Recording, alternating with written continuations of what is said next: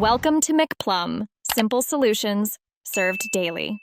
You start by confirming power and connection because many failures are simple. Place both earbuds in their case and wait 10 minutes to ensure charging.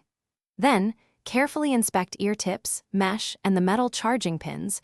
Remove lint with a soft, dry brush since debris blocks contact. Once done, restart your phone or laptop and toggle Bluetooth. Make sure to forget the JBL entry and repair to clear handshake errors, which often fixes dropout or single-side audio. You now move to deeper maintenance. Remove foam or silicone tips and use a 70% isopropyl swab, lightly and never soak, on the mesh to remove oil and grime because buildup reduces volume and clarity. Next, open the JBL app or support page and check for firmware updates. Install them while the earbuds charge since updates can fix mic, Bluetooth, and battery behavior.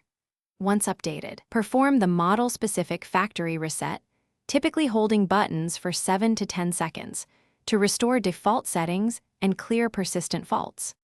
You finish by isolating and verifying performance.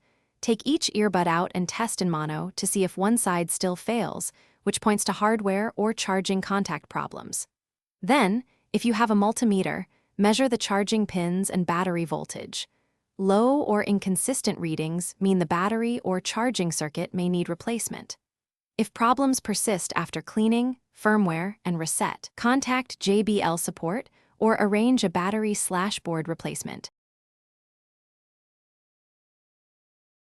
Thanks for watching. Stay juicy and subscribe.